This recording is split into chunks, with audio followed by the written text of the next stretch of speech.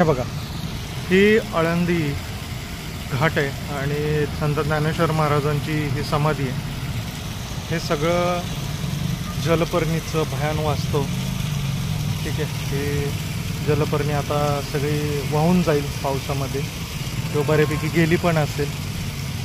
एक गोष्ट जी दाखवायची, हे बघा, हे अनट्रीटेड, ह्याचा कलर दिसू शकत असेल, untreated sewage water Pimpri Chinchwad महानगरपालिकेची हद्द आहे.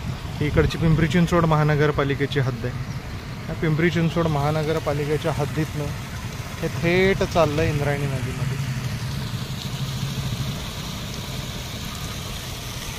भयान वाजतं.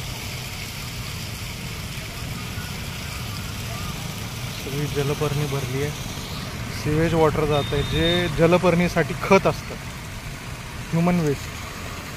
पलीकडं आपण लोकांनी कशी घाटावरती संडास केली ती बघितली, घाटाची अवस्था बघितली.